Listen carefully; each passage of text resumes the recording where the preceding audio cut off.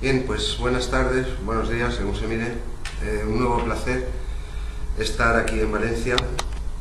Esta es la última de las conferencias que se habían planificado este año en este centro.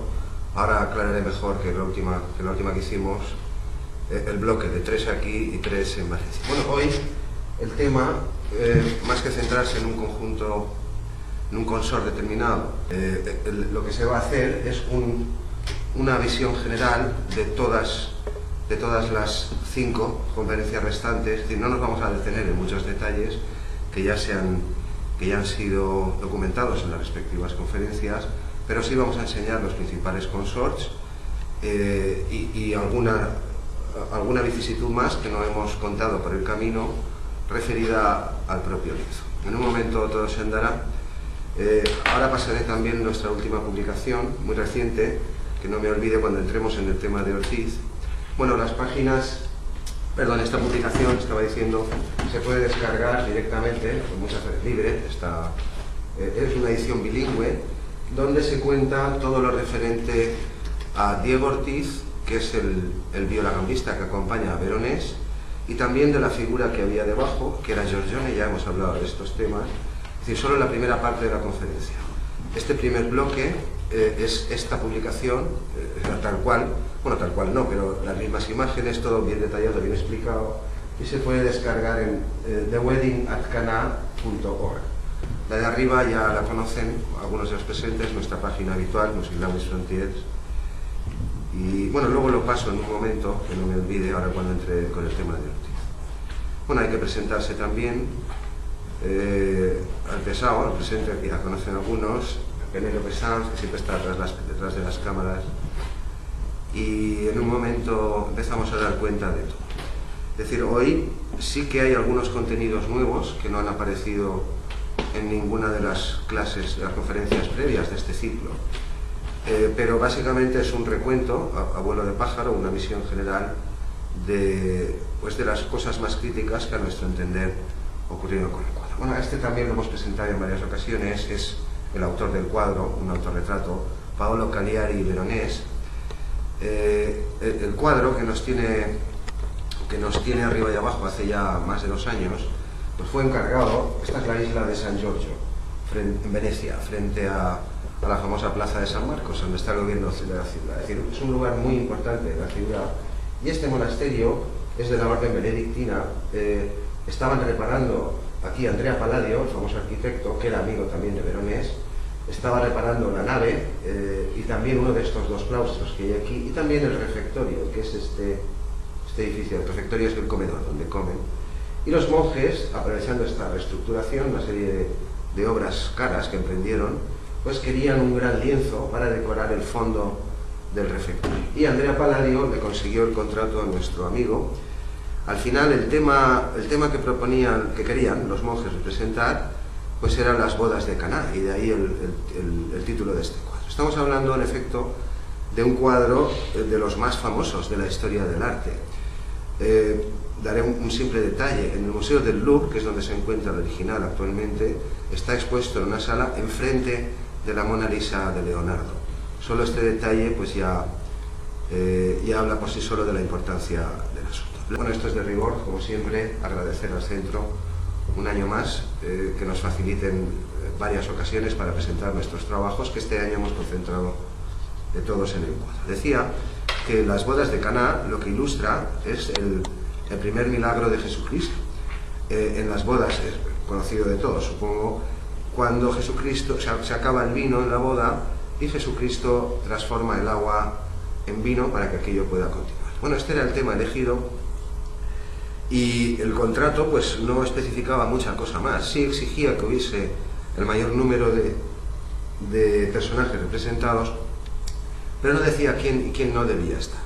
Nuestro amigo Paolo Veronés decidió dedicar el cuadro. Este cuadro realmente fue un homenaje desde el comienzo hasta casi el final al pintor ya fallecido. Cuando se pintó el cuadro, que fue en 1562 y 63, Giorgio de Castelfranco, llamado Giorgione, llevaba 50 años muerto, pero era algo así como el padre intelectual o artístico de lo que se ha dado en llamar la escuela veneciana. De hecho, fue un modelo pictórico para generaciones y generaciones de pintores durante todo el siglo XVI, es decir, hasta 90 años después de su muerte. Ahora lo documentaré todo. Esta es la silueta que se observa debajo del rostro de Diego Ortiz, aproximada, claro, este es nuestro diseño, del personaje original al cual estaba dedicado el cuadro, porque Diego Ortiz, es con lo primero que empecé, lo voy a pasar ya, ¿lo puedes pasar? Gracias. Esta primera parte, ahí se puede ver reflejada, no hay más que entrar en la página de Wedding at Cana, pinchar y uno se lo descarga. Perdón, antes de empezar lo entenderemos mejor y con esto ya concluyo la introducción. Este es Paolo Cagliari, el veronés autorretratado en su famoso cuadro, y este es el ciclo de conferencias al que aludí también hace un mes cuando hicimos la última conferencia aquí, es decir, las hemos distribuido este año alternas, Valencia-Alicante, Valencia-Alicante, Valencia-Alicante. El tema era muy vasto, no por las dimensiones del cuadro, que ya lo es, sino por, en fin, todo lo que hemos ido mostrando. De modo que lo dividimos este año en las 3 conferencias de Alicante, que es donde estoy dando clase en los últimos años, tengo allí los alumnos más cerca, pues les reservé los 3 consorts instrumentales, el de los laúdes, los de violines, que lo hicimos antes de ayer allí, y también el último dedicado a los metales. Al final de esta clase diré algo de los metales. Mientras que aquí en Valencia reservamos la biografía, aquello fue la presentación de Giorgione y parte de su obra, también el primer consorte original, que fue la última que vimos aquí, y hoy estamos la hemos llamado así como nuestro futuro libro, la verdadera historia de las bodas de Caná de Paolo Cagliari el veronés. ¿Por qué digo la verdadera historia? Pues porque realmente lo que vemos hoy en el cuadro es solo la última fase de una empresa muy importante. El cuadro tardó en pintarlo aproximadamente 15 meses, pero esta es nuestra conjetura, que Diego Ortiz no estaba. Ahora mostraré también los rayos, para que no estuvieron en la última clase, en la última conferencia. No estaba, quien estaba era Giorgione. Sin embargo, quiero decir que lo que estamos viendo hoy en el cuadro solo es la última de una serie de transformaciones, concretamente 4 previas, que sufrió el consorte original hasta que adoptó su forma definitiva. Es decir, que una vez empezado el cuadro, en un refectorio es bastante, si uno se mete en Google, teclea San Giorgio o el nombre del cuadro y se pueden ver imágenes. Allí actualmente hay una reproducción digital que se hizo exacta del cuadro, mientras que el original permanece todavía en el Louvre. Este es el cuadro y esto es lo que estoy diciendo, que actualmente vemos a casi toda la escuela veneciana, salvo Giorgione, que estaba fallecido, bueno, casi toda, los principales exponentes, es decir, Tiziano, Tintoretto, Jacopo Bassano da Ponte y el propio Veronés, y un personaje que hasta ahora era desconocido, digo hasta ahora hasta nuestro propio trabajo, que está circulando, porque él es Diego Ortiz. Es decir, que ya al año largo del cuadro, estar ya in situ, en la pared, trabajando sus equipos por todas partes y él retocando las cosas, el cuadro había sufrido 4 reestructuraciones de este consort, que ahora las voy a mostrar. Y esta solamente fue la última. Probablemente en los 2 o 3 últimos meses de la conclusión del cuadro, Diego Ortiz apareció, pues, llegó a Venecia y probablemente se alojó en San Giorgio, porque San Giorgio no era y por eso querían una obra tan importante y tan grande para su comedor. San Giorgio es un monasterio benedictino en cuya orden rige la regla del silencio, es decir, en el comedor no se puede hablar, pero era un monasterio muy importante porque buena parte de los personajes internacionales que pasaban por Venecia, militares, ministros, reyes, monarcas, nobles, y por Venecia ha habido un tráfico, y Venecia siempre ha sido una especie de crisol, un punto de contacto entre Oriente y Occidente, una ciudad y una república que basó su dominio completamente en el mar, y por allí han pasado siempre figuras internacionales de mucho peso. Bueno, pues se alojaban precisamente, además de en otros lugares de Venecia, claro, pero uno de los focos principales era precisamente la isla de San Giorgio, el monasterio benedictino. De modo que probablemente en los 2 o 3 últimos meses de que se estaba acabando el cuadro, Diego Ortiz llegó a la ciudad y probablemente, insisto, es nuestra conjetura, claro, se alojó allí porque sirvió de modelo al veronés para volver a transformar de nuevo el consorte instrumental y dejarlo definitivamente como lo vemos hoy. ¿Qué hacía Diego Ortiz en Venecia? Probablemente también estamos rastreando otros eventos, otros acontecimientos importantes, por ejemplo, viajes o de la corte de Nápoles o el mismo concilio de Trento, por si pudiera implicar a algún personaje por encima de él, de su propia corte. Él venía de Nápoles, pero hasta ahora la causa más probable que hemos localizado es que fue a encargar, Diego, fue a encargar su segundo libro, el Musiques Liber Primus, que fue editado de hecho en Venecia por Antonio Gardano 1 año y medio después aproximadamente de que se pintara el cuadro. Era un personaje muy relevante, era el maestro de capilla de la corte de Nápoles de varios virreyes, de las cámaras privadas de Felipe II o algo así. El reino de Nápoles, que era la mitad de Italia, y la propia ciudad, pues era una de las, si no la primera o la segunda metrópoli de importancia en estos tiempos en Europa. Pues eso es lo que estamos diciendo, y en eso consiste la publicación que está circulando por ahí. La firman otras personas, claro, también Teresa Schaffer, Natividad Navalón, Javier Alejano, que es el que lo identificó, un compañero. Eso es lo que estamos diciendo. Este personaje es Diego Ortiz, no es un pintor por las razones que ya hemos expuesto en otros lugares, no vamos a insistir aquí. Los pintores todos llevan un anillo que les identifica en su mano, en el meñique normalmente de una u otra mano, pero este personaje no lo lleva. Él es un músico y fue añadido en los últimos, esto no se puede precisar, bueno, si llegamos a dar con algún documento a algún sitio habrá que ir a Venecia, probablemente en los 2-3 últimos meses, porque su figura, su rostro no aparece en el consorte original. Lo voy a mostrar en un momento. Bueno, esto sí lo decía el contrato, solo en la mitad del cuadro, que es aquí, hay 130, aunque si contamos cabezas, como decía Vasari, que hay algunos animales y algunas representaciones también en las sillas, pues son, creo, hemos contado más de 150. El contrato en cualquier caso no decía quién debía estar y quién no, y nuestro buen amigo Paolo decidió dedicarlo como homenaje al maestro de todos ellos ya fallecido. Actualmente en el cuadro todavía subsisten algunos restos o algunas claves de lo que voy a mostrar en un momento. La más evidente o la más no digo chocante, sino quizá por eso, por estar en el centro del cuadro y ser tan evidente, ha pasado desapercibida. Es esta mano que está en el centro de un cuadro que mide, pues es casi tan grande como esa pared, casi 10 metros de largo por 7 de ancho, y en mitad, exacta más o menos, entre el rostro de Jesucristo, que era el centro por excelencia en cualquier pintura de este tipo en la época, esto era el canon, y un reloj simbólico de arena que aparece, ahora luego lo veremos, pues a mitad de camino entre los dos se han quedado estos 4 dedos flotantes que no pertenecen a nadie. Digo, están tan centrales y que parece normal que sean del cornetista, pero no son del cornetista. Y después uno piensa que quizás sean de Chester. Algunos han dicho que este puede representar al jefe de los bufones del rey de Francia, es decir, personaje muy importante. Otros que al propio Andrea Palladio. Ahora no vamos a entrar en esos temas, pero si nos fijamos bien se aprecian las uñas y en consecuencia este es el dedo meñique, es decir, esta mano está así, y si perteneciese al propio bufón, pues habría que concluir que el bufón es palpariente de Mr. Fantástico, el de los 4 fantásticos. Tenía un brazo exageradamente largo. En efecto, no pertenece al bufón, sino que pertenece a un monje del consorte original, que lo voy a mostrar en un momento. Aquí había 4 monjes cantando, y todavía se puede apreciar en el cuadro actual, que voy a mostrar, la silueta de la partitura que sostenía este monje. Aquí hay un monje debajo de Bassano, ahora lo mostraré, y este es un resto que es imposible que el veronés, bueno, a nuestro entender, se olvidase de esto. ¿Por qué? Porque está en el centro del cuadro, en el centro del consort.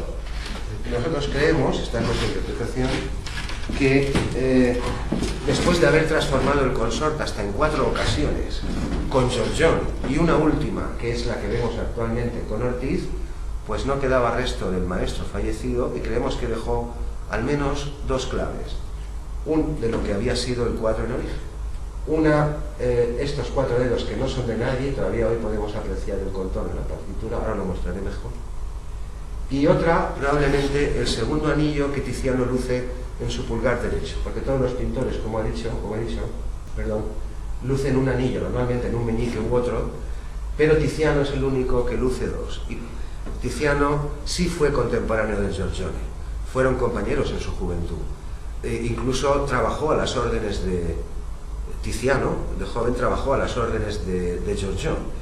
Ellos sí se conocieron, estudiaron juntos en el taller de Giovanni Bellini, y creemos que el segundo anillo que tiene Tiziano en el pulgar derecho está representando al maestro fallecido Ionitio.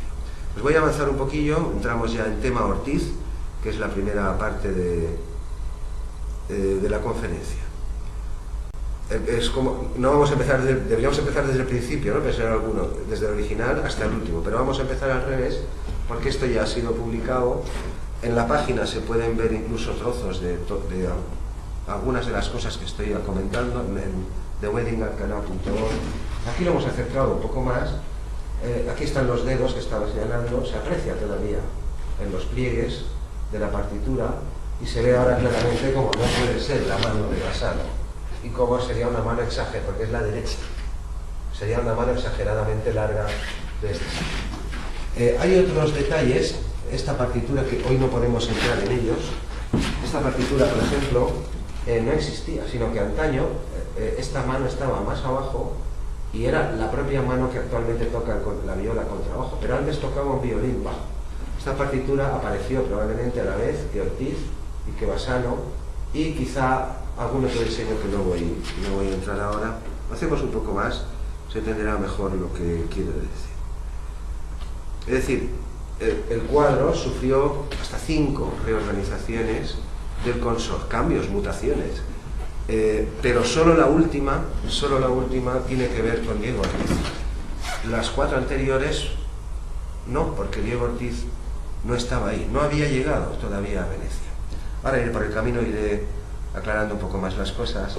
Bueno, esta es una distribución geométrica que hemos hecho nosotros, porque claro, o sea, el diseño impregna todas estas obras de arte de estas épocas y posteriores. El diseño es el dibujo o el trazo por debajo. Con frecuencia nos dibujan puntos de fuga, divisiones simétricas del cuadro. Esta no la habíamos visto. Es evidente que todos nuestros personajes se enmarcan en un círculo. Es evidente que en la línea central este es el reloj de arena que decía. Este es el rostro de Jesucristo. Este es el centro semántico por canon, por convención. Este es un centro simbólico muy importante dentro de lo que es el mensaje total del cuadro, el milagro y su contexto. Vamos a entrar. Pues eso decía, a mitad de camino más o menos, eso no puede ser un olvido, sino que creemos que es una clave, una indicación, un mensaje como la botella de un náufrago. Bueno, esto no tiene más importancia, sino que nadie lo había dividido así. Se pueden trazar dos bisectrices, en fin, una V que pasa exactamente por la tapa del actual contrabajo, viola da gamba contrabajo, que antes era un violín bajo, y también exactamente por la línea que cruza la cara del veronés y la base de la viola. Pero insisto, todo esto que vemos hoy ahora es real, pero durante el año y pico que se estuvo pintando el cuadro no lo era, por lo que mostraré a continuación. Avancemos un poquito más. En lo de Ortiz pues no me detendré tanto, porque ya hemos tratado el tema, ya lo hemos visto. Aquí también el año pasado también hicimos una dedicada a las violas da gamba, supongo que alguno estaría presente. Vimos las dos violas, la actual del veronés y la del maestro napolitano, bueno, de origen español, Diego Ortiz, una figura de renombre internacional en la viola da gamba. Yo lo que quería hacer observar aquí, que también enseñamos antepasados, es que no son iguales. Parece que son 2 violas tenores, pero en realidad solamente esta es tenor. Esta probablemente es un bajo melódico, es decir, en los consorts de violas da gamba, el bajo habitualmente durante siglos XVI, XVII, hasta que la viola da gamba perdió protagonismo, el tamaño bajo se construía en 2 tamaños. El contrabajo propiamente, que es el que está tocando Tiziano, el grande, y un bajo de dimensiones muy parecidas al tenor, que estaba afinado una octava más agudo. Entonces esto hablamos el año pasado, perdón. Pero en fin, por recordarlo, este tiene 6 cuerdas, mientras que este tiene 7. Es decir, hay una última cuerda afinada en la, que es precisamente lo que define al bajo melódico que estoy citando. Es como el pariente virtuoso del contrabajo. El contrabajo, bueno, la viola da un contrabajo, supongo que puedo hablar aquí, así, entre músicos, pues no puede hacer todas las variaciones o todas las ornamentaciones que instrumentos más agudos pueden hacer, en virtud nada más que de la frecuencia. Por eso se construye en un tamaño menor, que eso tampoco hace al caso. Para que un instrumento sea más agudo o más grave se puede jugar con el grosor de las cuerdas, con su tensión, con muchas cosas. Pero esto es lo esencial. Este, por ejemplo, tiene solo 5 trastes, mientras que este tiene al menos 10. Es decir, este es el pariente más grave, que es el que toca Diego Ortiz. Tiene 7 cuerdas y no 6 como las violas, que tiene una séptima, ya lo he dicho, afinada en la, que era característica de este instrumento. Y solo está por aclarar eso, porque eso es lo que llevamos diciendo ya meses en estas conferencias, en este ciclo, y también en la publicación y en el libro que estamos preparando. Este personaje no estaba en el diseño original. Voy a hacer desaparecer el fondo. Bueno, ya lo esencial lo he explicado, quizás se ve mejor. En las clavijas también nos podemos dar cuenta. La viola de Diego Ortiz tiene 7 clavijas, o sea que no hay... Es un bajo melódico, el único pariente de este registro que podía hacer las variaciones que precisamente Diego sugería en su tratado de cosas. Hacemos un poquillo más.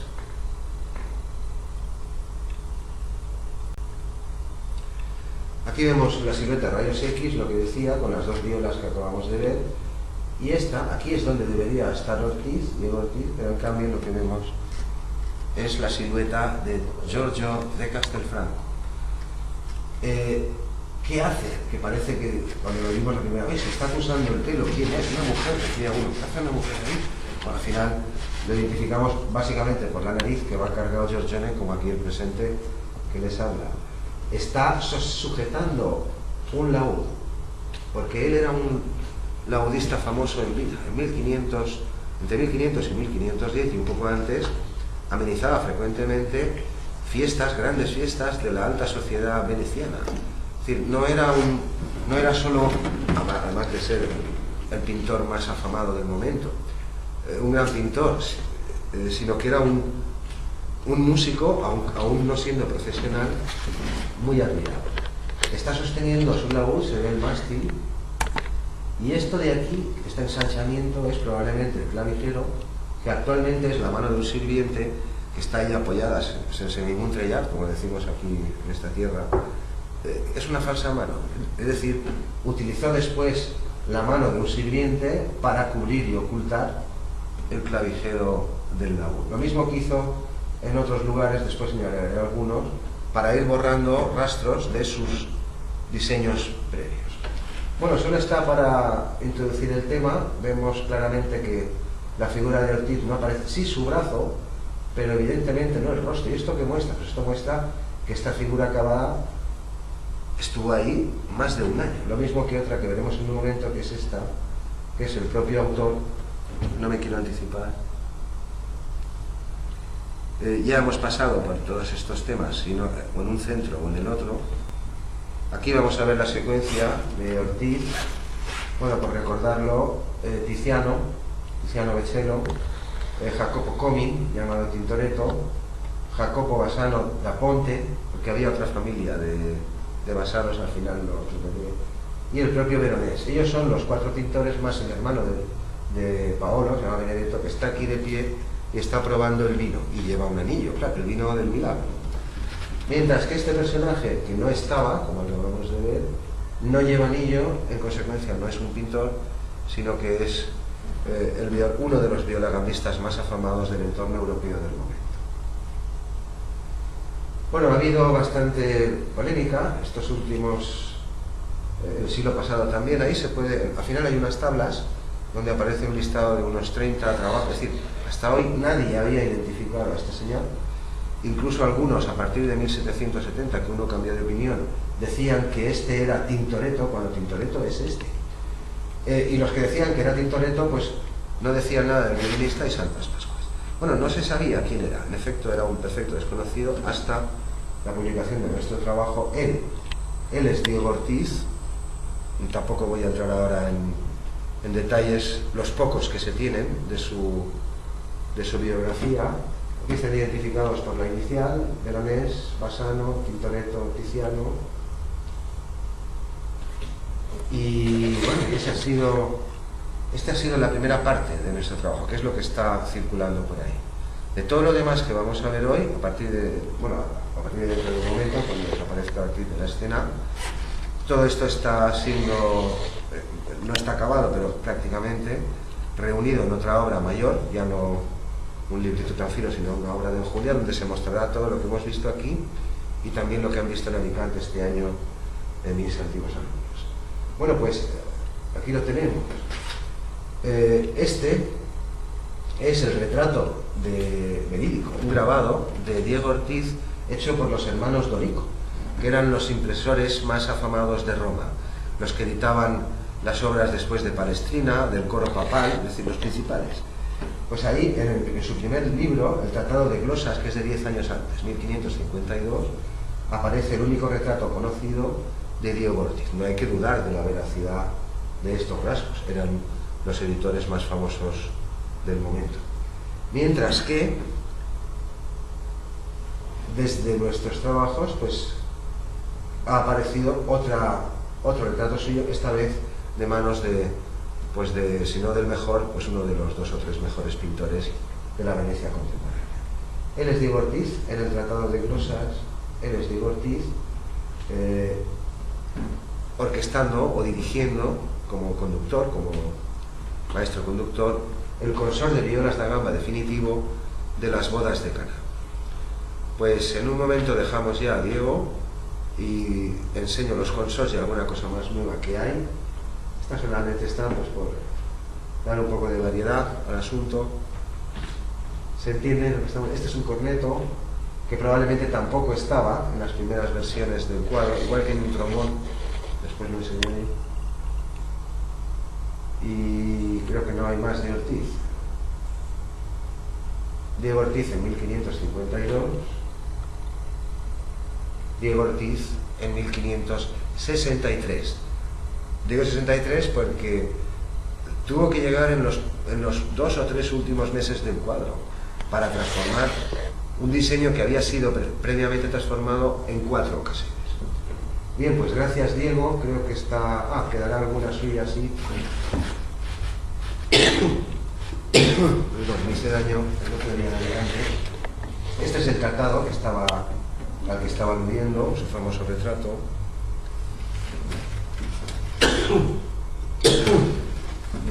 Puedo jugar un poco con esto si a alguno le apetece para verlo mejor. Y ahí se explican las coincidencias y todo. 3 arrugas en el ojo. Hemos identificado 12 rasgos faciales coincidentes. El único problema es que en un caso la orientación no es exactamente la misma, pero en fin, ya se ha documentado. No solamente tenemos esta prueba de lo que estamos diciendo, sino bastantes más. Y ahora sí, gracias Diego, un placer tenerte en casa estos años. Tenemos a más gente. Hay que pasar a los que llamamos nosotros los fantasmas del Veronés, que son todos los personajes que conforman estas formaciones. Antes de dejar a Diego, veamos quién estaba debajo. Él es Giorgio de Castelfranco, uno de los 2, el único autorretrato indiscutido. Hay otro en el Museo de Budapest que se parece, que es el que saldrá aquí ahora mismo. Solo hay 2 conocidos. No hay duda que es de su mano, o hay consenso absoluto, mientras que del otro se han propuesto varias cosas, pero no hay más, que es este. Este es el que está en Budapest, este está en el Museo de Brunswick, y luego hay retratos suyos de otros pintores posteriores, probablemente copias de estos, pero no son de su propia mano. Pues él fue el destinatario de este inmenso cuadro. Pues no me he parado a mirar el ranking, pero yo diría que uno de los 10 cuadros más famosos de la historia del arte occidental, y no los personajes que se encuentran hoy en el cuadro. Lo digo porque realmente era un homenaje póstumo, como mostraré en un momento. El maestro, ya lo he dicho, llevaba 50 años fallecido, y el Veronés, como el contrato no especificaba más cosas, decidió incluirse a sí mismo en el centro del cuadro, con sus amigos, con los mejores pintores del momento, con el maestro ya fallecido, y centrar el tema en un consort polifónico de diferentes instrumentos, ahora los mostraré, lo cual quizá fuera un nuevo artificio del Veronés, que era manierista, le gustaba mucho estas cosas de codificar símbolos, etc. Es decir, eligió un consort polifónico para un refectorio, para un comedor, en donde estaba prohibido hablar, cuya regla era el silencio. Pues ahora sí, dejamos a Ortiz. Es muy sencillo descargarlo. Uno pincha de Wedding, pincha y automáticamente tiene la publicación entera. Y vamos a pasar ya voy a pasar a mostrarlos muy someramente. No voy a entrar en detalles, solamente voy a describir lo que pasa, porque para cada uno de estos consorts ya se ha grabado una conferencia y esta solo tiene por objeto resumir. Pues andiamo, como dicen nuestros amigos italianos. Aquí tenemos el cuadro, otra vez solo por recordar los presentes también. Hay otras cosas nuevas. Aquí, por ejemplo, hubo un trombón, ahora lo mostraré. Aquí debajo había un sirviente con una ánfora y no estos dos personajes que se cree que son cantantes. María, la madre de Jesucristo, tiene la mano como vacía de copa. Todo no nos ha dado tiempo a escarbarlo, pero seguimos. Nos hemos centrado en la zona central, valga la redundancia. Esta es la mano falsa que decía del sirviente. Aquí detrás hay un sirviente que está como empujando hacia... En realidad esta mano es el contorno del clavijero, del laúd que sostenía Giorgione de su propio. Bueno, avanzaré un poco. Aquí tenemos la silueta de Giorgione, es lo que estaba diciendo. No he pintado el clavijero en la silueta original por no enredar más, por simplificar un poco las cosas. Pero cuando se ubica en su sitio correcto se entiende perfectamente lo que estoy diciendo.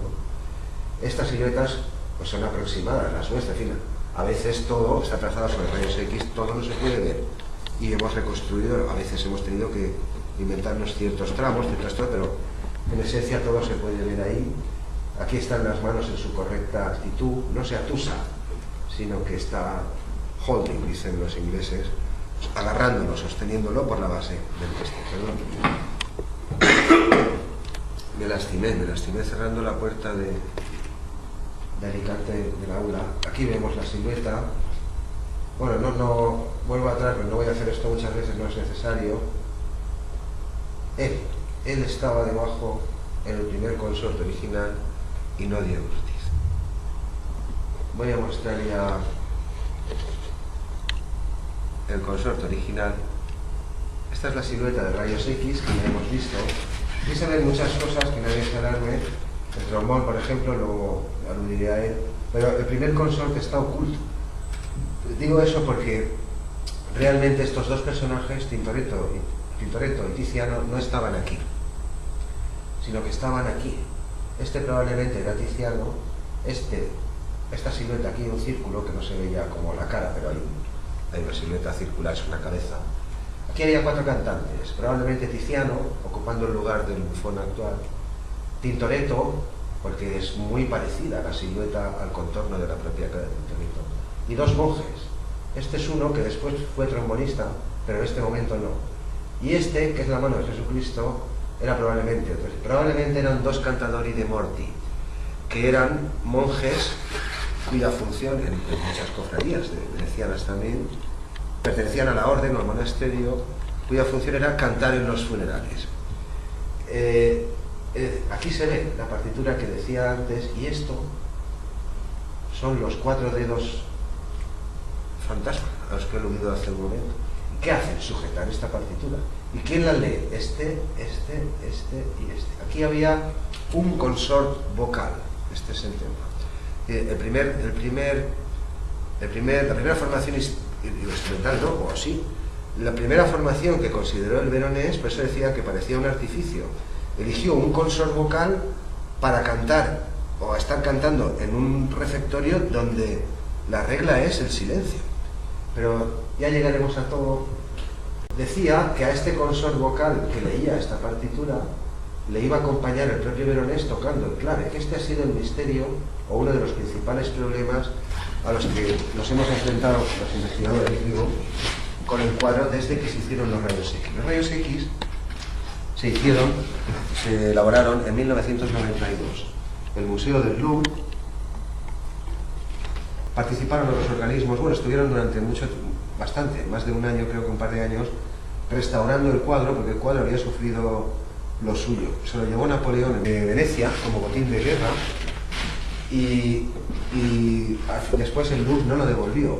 Cuando Napoleón pasó, o creo que todavía no había muerto, que ya no imperaba, pues hubo un intercambio entre autoridades italianas y autoridades francesas para recuperar parte de lienzos, todo tipo de cosas que se llevaron los ejércitos revolucionarios de Francia, los de Napoleón.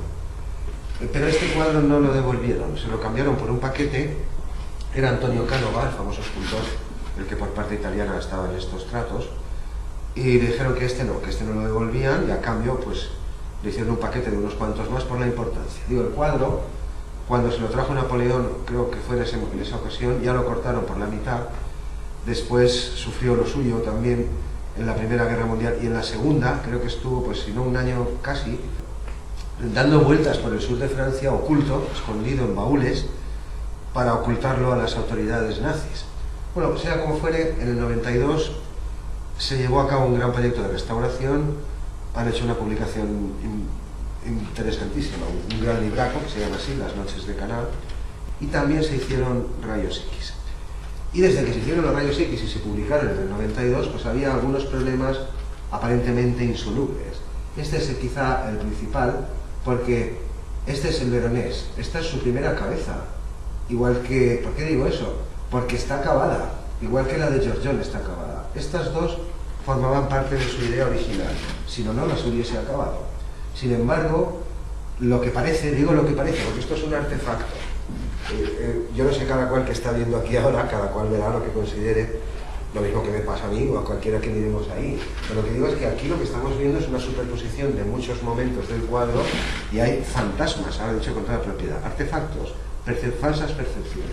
La más gorda es esta. Parece que este Veronés está tocando este violín que luego los mostraremos, pero el consort, no vamos a entrar en explicaciones. Explico estas dos cosas porque son las más relevantes. Parece, esto es un violín alto. Parece que este Veronés así sentado y así, con una pierna encima de la otra y torcido, y nadie entiende por qué, en una posición incoherente. Encima hay una mano aquí, una silueta de una mano aquí, que parece que esté sobre el mástil de este violín, parece, pero no está. Ya después diré por qué. Es decir, esto es un fantasma, esta cabeza no es de este cuerpo, sino que realmente, y esto ha confundido durante mucho tiempo, que no se entendía por qué ni qué hacía. Lo que digo es que si esta mano fuese de este mástil, es incoherente. Tendría que ser de nuevo Mr. Fantástico. Es decir, estirarla de modo que para cuando sale por debajo, además, que debería estar por el otro lado. Bueno, no en rigor, pero no sé si se ve muy bien aquí. No es coherente. En realidad esta cabeza no es de este tronco, sino que lo que estaba haciendo el Veronés era tocar el clave. Ahora, lo que vamos a contar ahora sí que no está expuesto en previas. Es decir, esta mesa en origen fue un clave. Aquí quizá no se aprecia muy bien, pero Tiziano, por eso he dicho antes, Tiziano no ha estado aquí, porque no puede estar Tiziano a la vez y el clave. Este laúd no puede flotar. Si esto fuera una mesa, como aparece hoy en el cuadro actual, este instrumento estaría flotando. Es decir, que estos dos personajes no estaban aquí, sino que formaban parte del cuarteto Era un homenaje, en efecto. Un homenaje de un consort vocal, en este caso, al maestro fallecido, y el propio Veronés se sentaba tocando el clave. Lo voy a mostrar en otras, se irá viendo un poco mejor. Aquí vamos a ver aparecer en primer lugar la silueta de Giorgione, y podemos ver cómo encaja perfecta. Uno dirá, pero no puede ser, porque no se veía el laúd. Bueno, sí se veía, porque se veía por encima de la cabeza del Veronés, sus manos sosteniéndolo, el mástil. Pues la mujer además se sabía quién era Giorgione, y se sabía que era un laudista muy famoso. Lo voy a suprimir un momento, para que nos familiaricemos con el asunto. y voy a mostrar su rostro, y esto es la última parte que ver, esto también está en la publicación. La publicación documenta la identidad de Ortiz y las razones que nos han llevado a concluirlo, y también razona la identidad de Giorgio. Aquí hemos ampliado mucho la silueta de Giorgio de Castelfranco para que veamos el contorno. Insisto, es un contorno aproximado que hemos trazado nosotros, pero se aprecia perfectamente la nariz importante que la tenía. También la comisura de los labios, que en sus autorretratos, en esos dos conocidos, la comisura izquierda siempre baja, solo que aquí está invertido respecto a los cuadros que he mostrado. Unas órbitas, bueno, en fin, una serie de rasgos que mejor si os lo descargáis y lo veis. Este es Giorgio de Castelfranco. Aquí se observa un destello que nosotros conjeturamos aquí. Este es el dedo pulgar, pues aquí hay una especie de bulto blanco que nosotros conjeturamos que es el anillo que le identificaba como pintor y el que después recaba Tiziano cuando Giorgione desaparece definitivamente del lienzo. Bien, pues gracias también a Giorgione, eso decía, tenemos una colección de personajes en casa, bien instalados, fantasmas mayormente, porque ya no están aquí y porque no se ven en el cuadro original, pero están bien instalados, entran y salen cuando quieren, les damos entera libertad, y después de 500 años de dormir el sueño de los justos, aquí lo vemos mejor, hemos puesto aquí para ver el tamaño real del laúd, pues ahí están alojados. Parece que se van a quedar un tiempo con nosotros hasta que la comunidad interna, hasta que comunidad académica, hasta que podamos dar a conocer todo nuestro trabajo y las cosas se vayan divulgando. Bien, pues hemos cerrado la primera sección, que era la dedicada a Ortiz y también a Giorgione, que era quien estaba debajo de él, el auténtico destinatario del cuadro, y lo que nos queda solo es ilustrar los sucesivos consorcios en el detalle que hemos expuesto en las otras conferencias. Veremos en primer lugar el que estaba aludiendo, el del clave, que es quizá el más difícil de ver, porque claro, en los rayos X ya se ha visto, hay tal cantidad de manchas que actualmente los restos del clave están ocultos, pero esta fue realmente la piedra angular que pusimos al final. Ya teníamos todas las piezas, todos los instrumentos, teníamos un orden, entendíamos por qué había ido mutando y en qué orden, de un consorte a otro, pero todavía no entendíamos por qué estaba esa cabeza como torcida ahí. No lo entendíamos porque nos faltaba la silueta de su cuerpo. Ahora lo muestro. Este es el consor vocal al que me estaba refiriendo, Giorgio, ya lo hemos visto. Esta mano, nos vamos a olvidar de ella, realmente corresponde a un violín de Giorgio. Solo que el origen, en los primeros tiempos, esta fue la primera que identifiqué. Por eso me he dejado aquí, como el veronés, igual que él deja sus dedos, yo también dejo los míos. Parecía que era la que sostenía esta partitura, que es visible. Es muy visible en la rayos X y también en el cuadro. Pero no lo es. Estos son los dedos fantasma. Esta es la silueta. Esto está trazado sobre los rayos X, esto no está inventado. Esta es la silueta que correspondería al rostro de Tintoretto, el del violín. Esta, por el parecido con la barba puntiaguda de Tiziano, estas son nuestras conjeturas. Dos monjes, probablemente del propio monasterio, o podrían ser también contratados. Lo digo porque San Giorgio, el monasterio, aunque era un lugar importante, un monasterio importante, no tenía consorte instrumental propio, como otros sí que lo tenían en la ciudad. Lo que sí tenía era un pequeño grupo de voces, de monjes, cuya función era cantar en los sepelios. Pues estos son los cuatro personajes, dos cantadori, probablemente dos cantadori di morti. Aquí no se puede saber quién son, y aquí hemos conjeturado que son Tintoretto y Tiziano por el contorno, pero no pasa como en el caso de Giorgione, que se ven los rasgos y se puede identificar al personaje. Aquí, esto es lo que decía, podemos comparar estos cuatro dedos.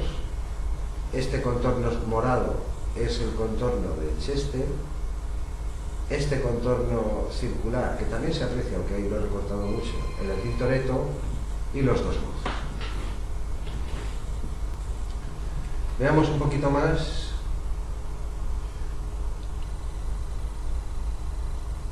Aquí los podemos ver sobre los rayos X, aunque, a ver si lo he hecho así. Lo que estamos viendo aquí es el negativo de los rayos X. por eso se ven las sombras, pero para situar un poco mejor los perfiles, aquí se ve el clavijero, después la falsa mano del sirviente, esta es la mano de Jesucristo, que junto con los pliegues pues conforman una silueta muy similar, y este es el monje que después, en un cierto momento, es trombonista. Pero esto será al final, después lo mostraré. Veamos un poco más aquí abajo. Aquí se ilustra, se puede ver mejor lo que decía. Esta es la mano del sirviente, la de María, en actitud de sostener una copa ausente. De momento no vamos a decir nada de esto. Y este sirviente que está ahí como empujando un plato, es casi con total seguridad. Fue dibujada aquí para ocultar quizás rastros del antiguo clavijero. Ahí está la silueta de Giorgione. Y esto es lo que quería enseñar. Ellos dos se ha dicho que son dos cantantes, ya lo he dicho. En otras... perdón. Y aquí vemos aparecer el cuarteto vocal de arriba. ¿No? Que no le da la tecla. Ahora. Se ve, puedo volver un poco atrás, se ve los contornos que decía, los dedos, vuelvo atrás, o vuelvo a pasar. Bien, esta es nuestra interpretación y nos queda todavía el clave y vamos a entrar en tema. Este fue un consorte original vocal que era un consorte habitual precisamente para los sepelios, para los funerales, cuando se hacían en las iglesias. A las procesiones iban otro tipo de formaciones fúnebres, pero cuando el sepelio, la misa tenía lugar en una iglesia, en un lugar fijo, pues la formación habitual para estas cosas eran voces acompañadas ocasionalmente también de cuerda pulsada, pero también por un clave. Y esta es una conjetura nuestra, quizá fuera esta la razón de por qué desmanteló el Veronés, porque es lo que hizo. Su primer consort. Voy a mostrar el clave. Aquí lo tenemos. Esta es la conferencia que hicimos aquí hace un mes. El consort, Giorgione, y la figura del clavecinista que ha traído de cabeza a todo el mundo porque se atribuía erróneamente a lo que se ve aquí, que parece que está el otro tocando. Pero realmente no lo encontramos hasta que no quitamos a Tiziano de aquí. Este era el problema. Si esto era un clave y algo debía sostener a este laúd, Tiziano no podía estar ahí. De modo que en un determinado momento trazamos la silueta de Tiziano, no la de su manto, sino de su cuerpo probable, resiguiendo el manto y los propios pliegues actuales, la invertimos, ¡zas!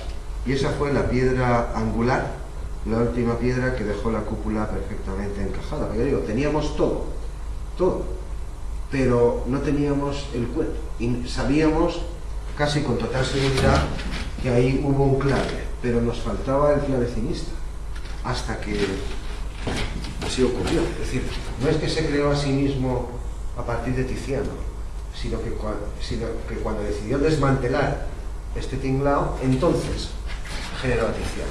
La causa, pues no la podemos saber, seguimos buscando, claro. Pero es la más probable que hemos conjeturado hasta ahora, pues consiste en que quizá las autoridades del monasterio o gente relevante, porque en Venecia pues había gente muy importante, o alguien decidiera ver que precisamente presentar un consort fúnebre, porque esto era típico de los que tenían un funeral pagado, digámoslo así. Todos los que pertenecían a las confraternidades venecianas tenían garantizado ese privilegio. Tendrás un entierro digno a cargo de los monjes y también se cantará, en fin. Es decir, eso pudo ser una de las razones. ¿Por qué desmanteló esto y lo transformó en un conjunto de laúdes que voy a mostrar en un momento? Pues esa podría ser una razón, que el entorno, es decir, todo el mundo sabía que 4 varones cantando y un clave era hoy decimos un entierro, un funeral. Y quizá eso no fuera lo más conveniente para alegrar un refectorio o incluso una boda. Pero esta fue la elección del Veronés. ¿Por qué? Pues porque se acabó a sí mismo en esta posición y también acabó a Giorgione en esa posición. Y no lo sustituyó hasta casi el final del cuadro. Luego este fue el primer consort que el Veronés consideró para su admirado maestro ya fallecido, maestro de todos ellos. Laúdes mudos o caídos en la tradición del still life, él era laudista. La figura del maestro silentes, quiere decir que no está tocando o estaba fallecido. Y los principales exponentes de la escuela veneciana cantando a coro en su funeral. Era un homenaje póstumo, esto no cabe ya ninguna duda, pero por alguna razón, puede que las que hemos apuntado o puede que otras, pues el Veronés transformó toda esta historia, la desmontó, se invirtió a sí mismo y entonces generó a Tiziano. Cogió a Tintoretto y a Tiziano, se los trajo aquí, probablemente se olvidó del consort vocal y transformó el primer consort, que es este, el que estamos viendo, en el segundo, que fue un consort de laudes. Lo vamos a mostrar. Pero creo que, claro, antes tenemos que aclarar mejor lo del clave, porque esto es lo que no se vio en la conferencia. Esta es la misma, solo que con el negativo de los rayos X, igual que antes. La que acabo de enseñar eran los rayos X originales, aquí están los colores invertidos, pues simplemente para contrastar, para verlo un poco mejor. Allí lo que allí era blanco, pues aquí es negro, pero no hay ninguna. Tú coges la silueta de Veronés y la inviertes y ese es Tiziano. De hecho no hicimos otra cosa, siluetearlo siguiendo los pliegues del manto, invertirlo, colocarlo en su sitio y oh maravilla, ahí estaba el consorte original. Y pues ilustrado está.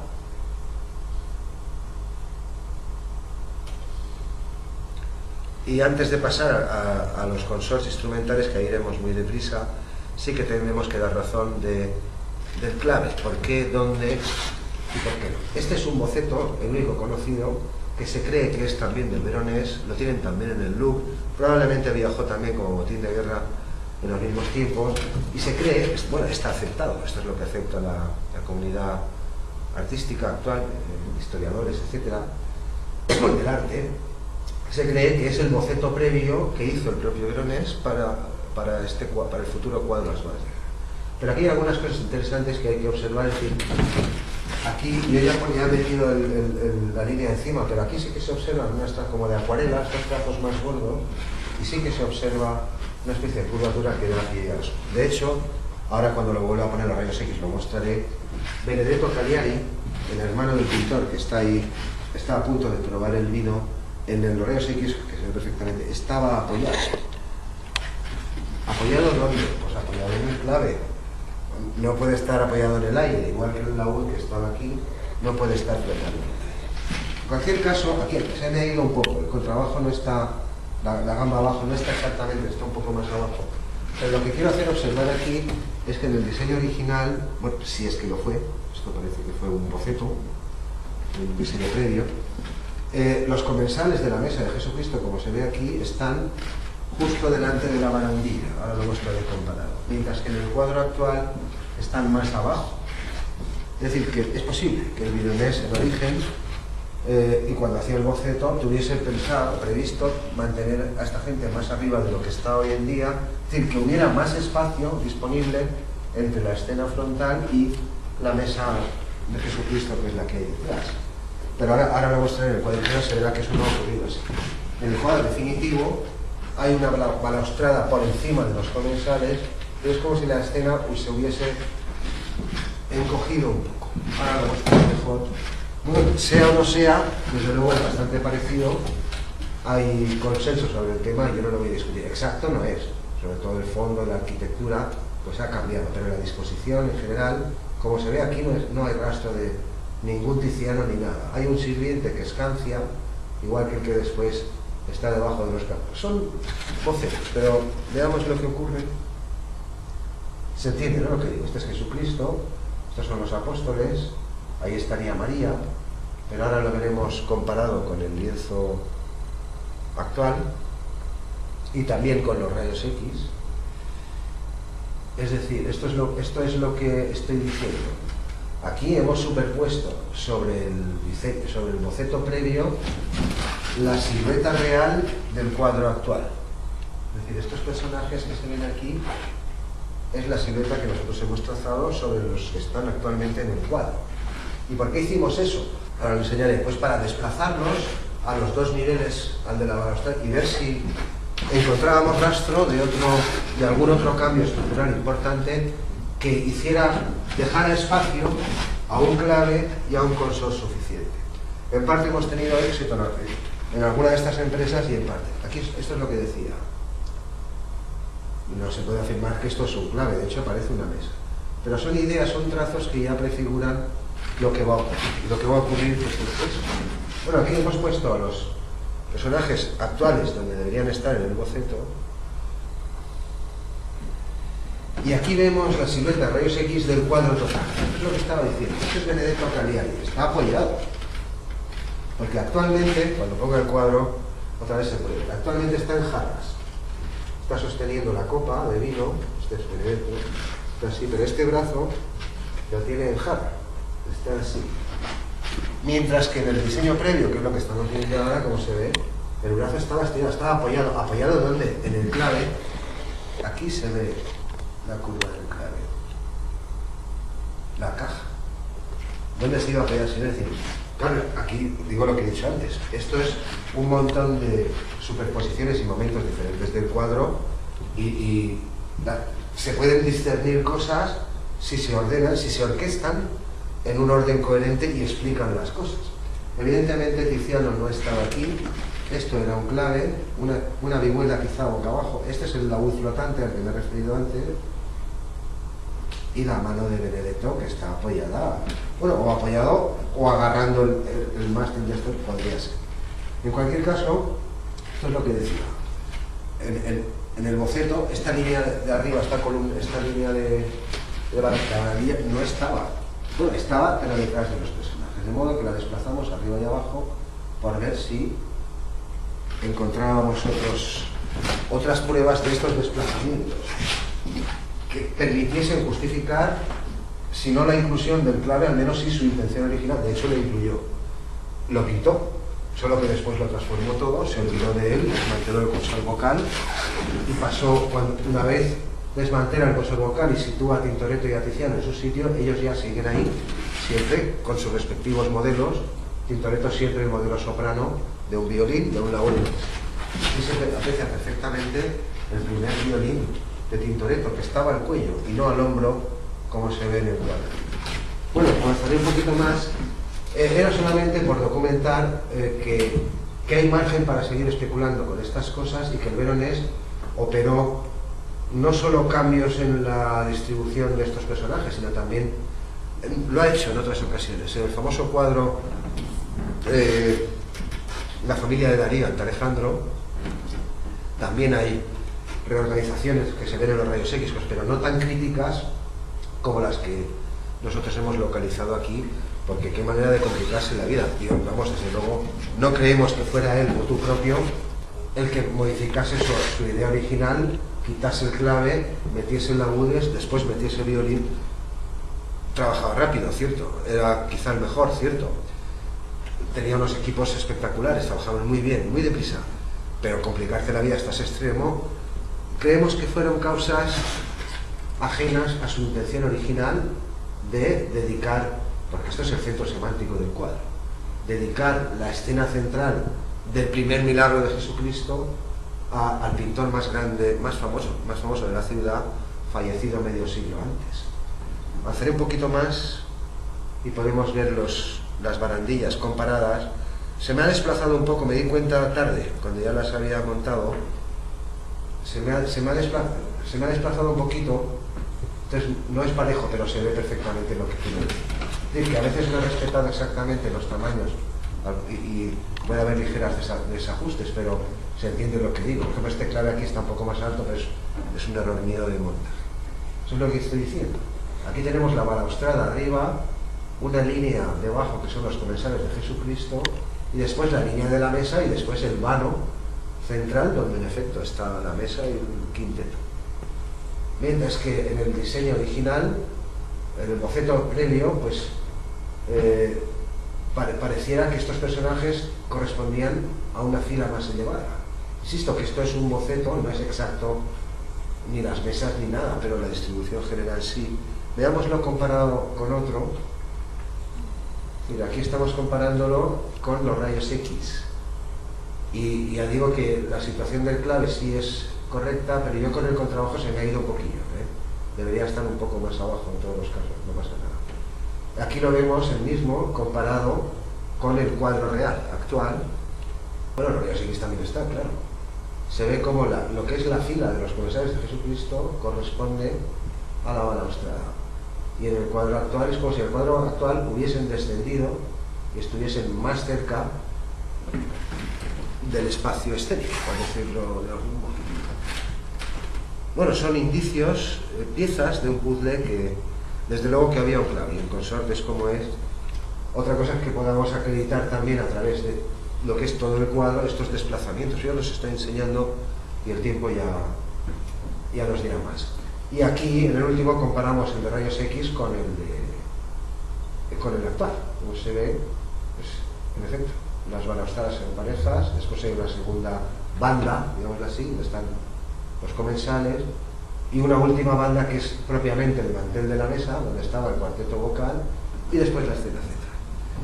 Bueno, de todos modos, esto no es el lienzo, es decir, no estamos diciendo que aquí se operaron todas esas cosas, pero es probable que en su idea original ya estaba previsto un clave o un grupo, bueno, hombre, 5 no es que sean muy numerosos, pero tampoco son 2, y que hubo desplazamientos de este tipo. Sí que puedo mostrar uno que está en la parte superior del cuadro. En la parte superior del cuadro, ahora mostraré dónde, a la izquierda de arriba, hay un pequeño balcón donde se aprecia la figura de un laudista, pero que también fue desplazado aproximadamente 1 metro hacia abajo. En origen, en los rayos X, se ve como aquí arriba hay 2 laudes similares a este. Aquí no. Sí, uno, casi idéntico, y aquí detrás otro, ahora lo voy a enseñar. Es decir, toda la escena, porque este balcón aquí se ve, la barandilla del balcón y los cantantes asomados sobre el balcón, pero todo este balcón ha descendido y ahora está extendido. ¿No? Esto es esto, ahora es el vano del balcón, pero antes era todavía un nivel más de construcción y encima estaba. Ahí hay un trazo del cuadro donde se muestra que ciertas zonas descendieron aproximadamente 1 metro de la escala real. El cuadro está hecho a escala más o menos 1. Estos son. De modo que el clave está ahí, que el consorte estuvo ahí. Otra cosa es que podamos documentar en todo el cuadro desplazamientos de este tipo, pero yo creo que tampoco es relevante. Bien, pues hemos enseñado el primer consort, los detalles en la conferencia del mes pasado. Tardaremos un poco en subirla, pero acabará también en YouTube. Bueno, pues no sé qué quería recordar aquí, algunas de esas cosas ya se me han ido de la cabeza, pero creo que todo está expuesto. Bien, pues no hay más que decir del primer consorte en esta conferencia, solo enseñar los sucesivos.